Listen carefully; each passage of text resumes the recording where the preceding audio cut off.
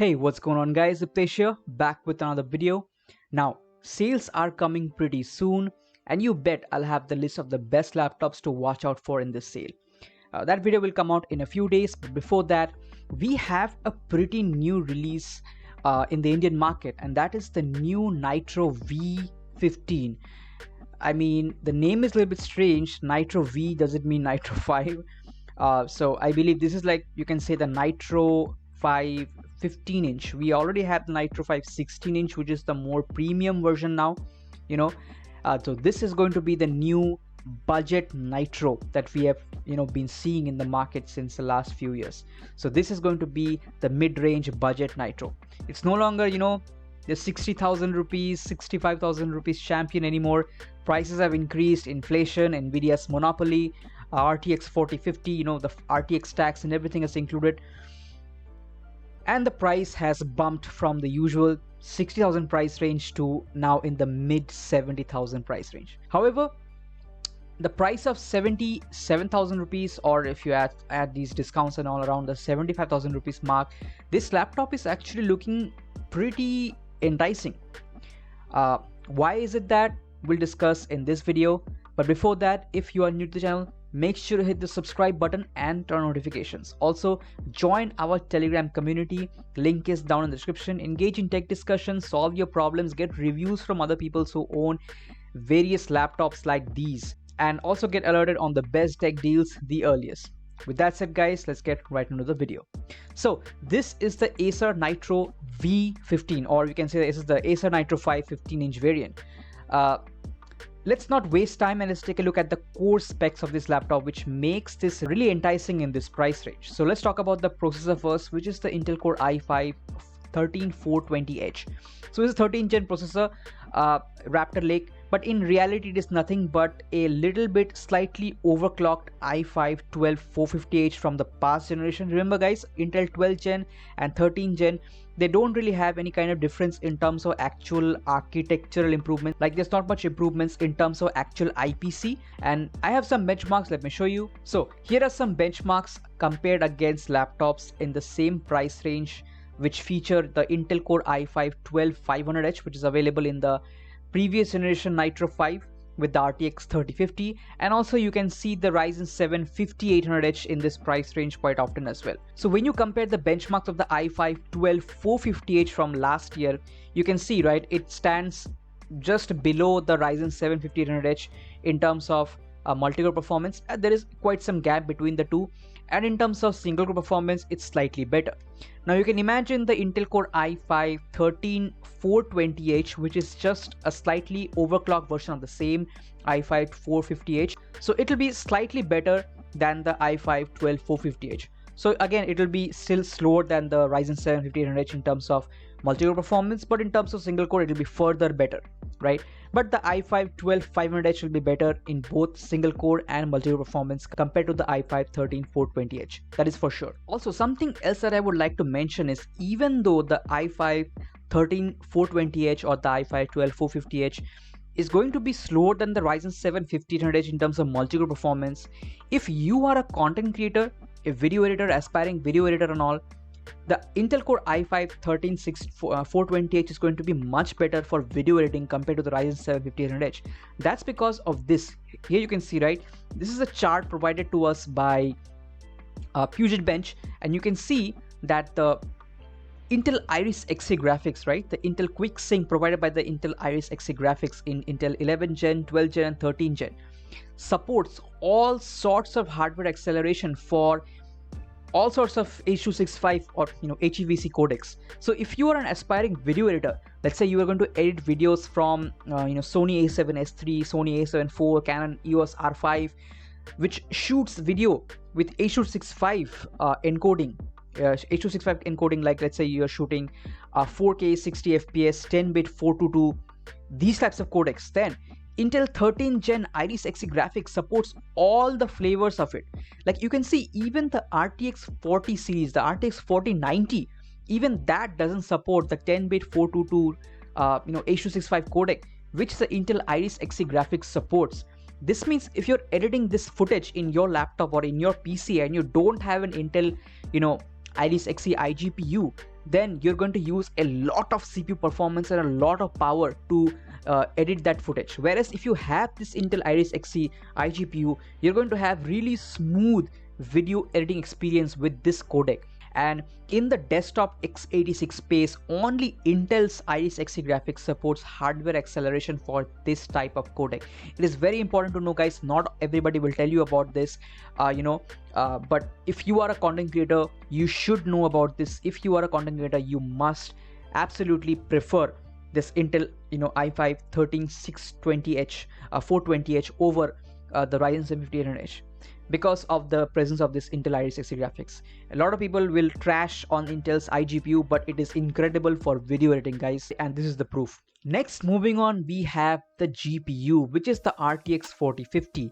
And you may ask, what is the TGP of this RTX 4050? Well, we have some information from Acer themselves. So there is this website called acer.com /us.n Predator laptops, where they have actually listed out all the GPU, TGP and mux switch of all these laptops. And you can see, if I scroll down here, let me just zoom it in a little bit, the Nitro V15, right?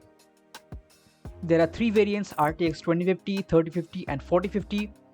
And basically the 4050 variant has a TGP of maximum TGP of 75 watts, so 60 watt base plus 15 watt dynamic boost, and it doesn't have a mux switch.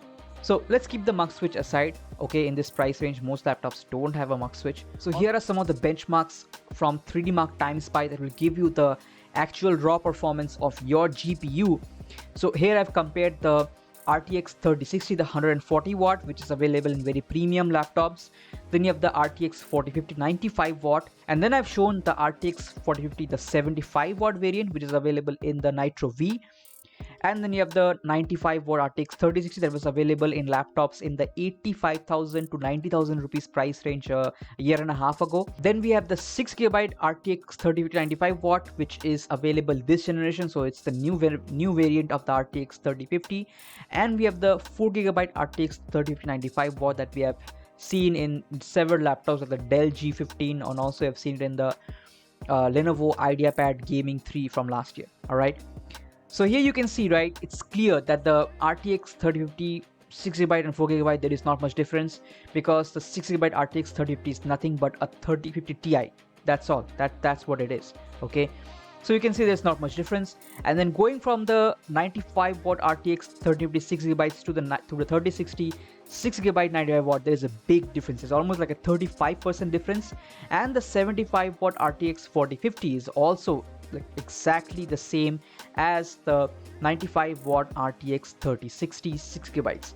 Alright, so basically in terms of raw performance, the RTX 4050 75 watt will be exactly the same as the 6GB RTX 3095 watt, and those laptops were generally available in the 85,000 to 90,000 95,000 rupees price range. So the Acer Nitro V with the 75 watt RTX 4050 at 77,000 rupees, that is a very good deal.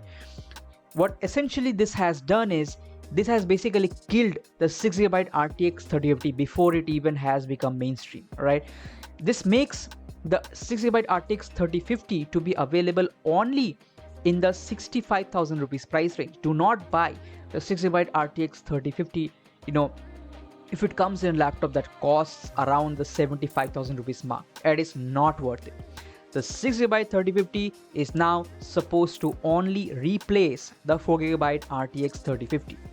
Otherwise, the 6GB RTX 4050 in the Acer Nitro V 15-inch variant is the absolute champion in this price range. And along with the performance comes the benefits of RTX 40 series. That is, it has DLSS 3. DLSS 3 is the trump card of RTX 40 series, and you're gonna get DLSS 3 at the cheapest price with this Acer Nitro V. Basically it inserts an AI generated frame after every real frame, basically increasing your frame rate by almost 2 times. It is not 2 times, it's around 1.7 times or so, but that is the benefit of RTX 40 series, that is DLSS 3 frame generation. And since the RTX 4050 is a pretty good GPU for raw rasterization performance, that is the base frame rate of RTX 40 series 4050 is pretty good, you are not going to be affected by the latency increase caused by frame generation. So frame generation will insert a new frame after every real frame, right? So that it will hold the real frame, generate the new frame, and that increases latency. Okay, 60 fps with frame generation is not the same as 60 fps with raw resolution performance. Okay, keep that in mind. But since the base frame rate, as you can see, right, the base frame rate of RTX 4050 series is already pretty good, around the 60 fps mark, frame generation is going to be a massive benefit for RTX 4050 users. So Acer Nitro V 15-inch variant is the cheapest laptop to provide you with DLSS 3 frame generation. Now coming back to the rest of the features in terms of the display, right, we do not know the color gamut of the display. That is something we do not know. Although one thing that I can say is that full HD up to 165 Hz at 3 millisecond response times. What I can say is that normally when laptops displays promote a fast response times like 3 milliseconds, generally the display itself is also of a pretty good quality, like in terms of color gamuts. Generally they tend to be 100% sRGBs, although don't take my word for it, I cannot say for sure.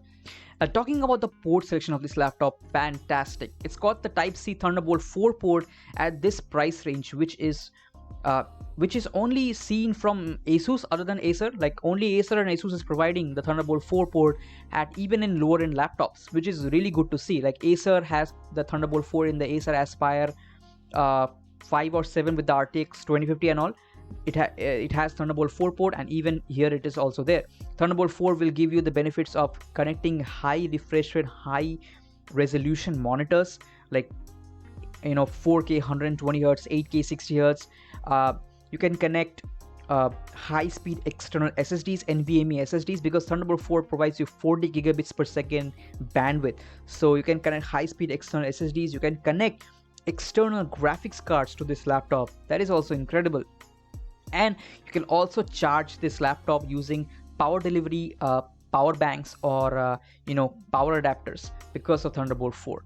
So a lot of benefits with Thunderbolt 4, and also has HDMI, so which basically means if you are someone who needs multiple external monitors with this laptop, you can get it easily with this laptop with the help of HDMI and also Thunderbolt 4.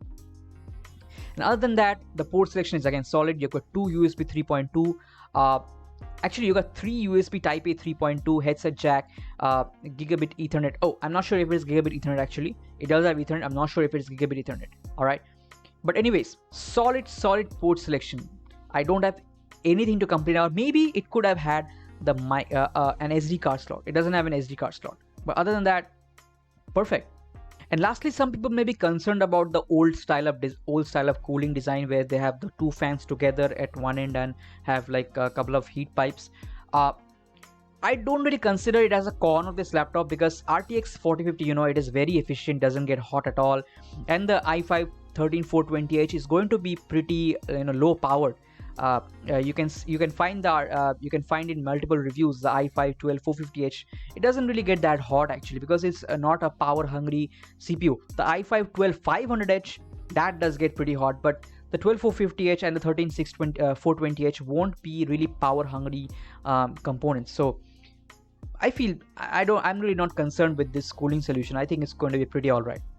And also the battery life with this 57 watt hour battery, if you optimize the system well and good, then maybe you're gonna get around 4 hours of battery life or so. Don't expect great battery life with this Intel system. That's just the crux of Intel. So overall, the Acer Nitro V 15-inch, Acer Nitro V 15-inch, the name is really strange, guys, is looking really good in my opinion, guys. Honestly speaking, good. It's definitely going to have good gaming performance. It's going to be good for content creators because of both RTX 40 series and also Intel's 13th gen. It's got support for Thunderbolt 4 if you're connecting high speed external SSDs and all. It can support multiple display outs. Overall, looking like a really good package. The only confusion is we do not know about its display's color gamut. That is one thing that we do not know. But even if it has, let's say, a normal 70 to 65% sRGB display, I would still, recommend it just because of the overall package. You can compromise a little bit with the display, connect to an external monitor if you are a serious content creator and all. You can deal with it.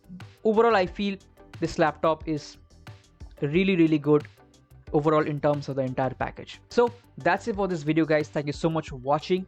Do let me know what you think about the Acer Nitro V 15-inch.